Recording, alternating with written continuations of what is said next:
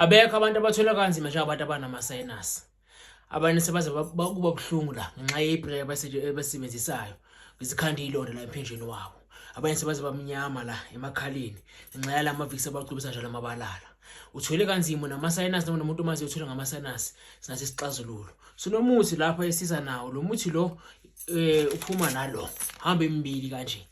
Lona ukanje kanje ucubise la emakhaleni ufake le phakathi emakhaleni bese uthi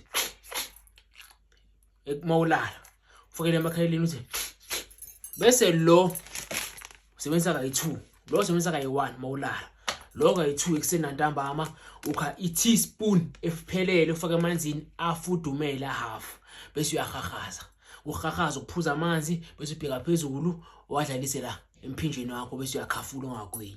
Kusho ukuthi lo uyahahaza ekseni ntambama lo uyawugcubisa le phakathi ufake nje isandla kanje ugcobise le phakathi bese uthi mawuzolala ama-sinus ayaphela nya. Kuphela indaba yakho lokuthi ungasazi nokuthi udla kunjani ngenxa ukuthi ukudla okuningi ukuvusela ngama-sinus. Awusasohluleka nokuvakasha ngoba makubanda uyakhala, makunomoya uyakhala, makushisa kakhulu futhi uyakhala.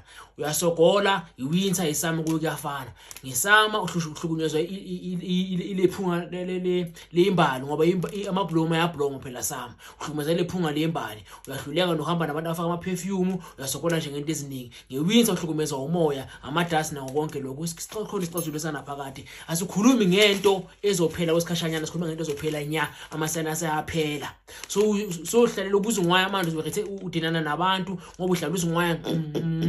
Nje lento iyaluma but awukwazi ukufaka isandla uyingwaya mara iyaluma. So ukhathele ukulunywa, ukhathele ubuhlungu obuzwa ngenxa yama-sinus. Uphelela ubuthongo phakathi kobusuku ubuthongo uphele ngenxa yama-sinus. Sikhona isixazululo kamkhulu bezitha. Nikhumbule ukuthi kungana isixazululo, ukuthi libe inkinga usho ukuthi isixazululo.